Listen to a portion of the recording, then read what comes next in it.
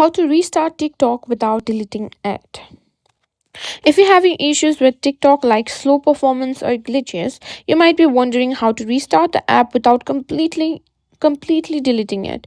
Well, I've got you covered. In today's video, I'll show you how to restart TikTok without losing any of your data so you can get back to scrolling without all those annoying issues. So let's jump right in. First thing first, let's close TikTok from the background. One most phones apps stay open in the background, which can slow them down or cause glitches. If you're on an iPhone, simply just swipe up from the bottom and hold for a second and find a TikTok in open list and then swipe it off or off the screen to close it, and this essentially restarts the app in a way by stopping any background processes.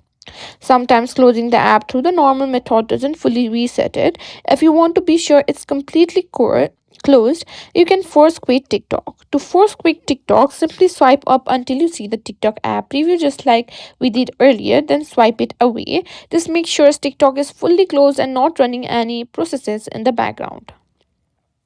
Now, if you're still having issues, another option is restarting your phone.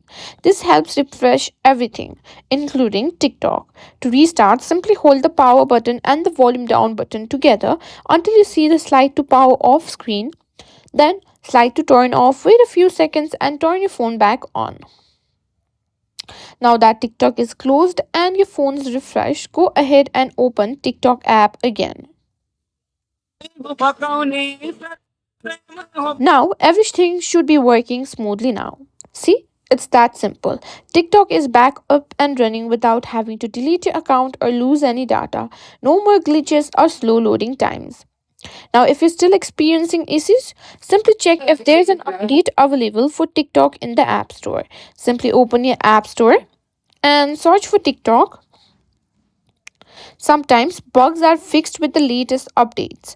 And that's it. Now you know how to restart TikTok without deleting it.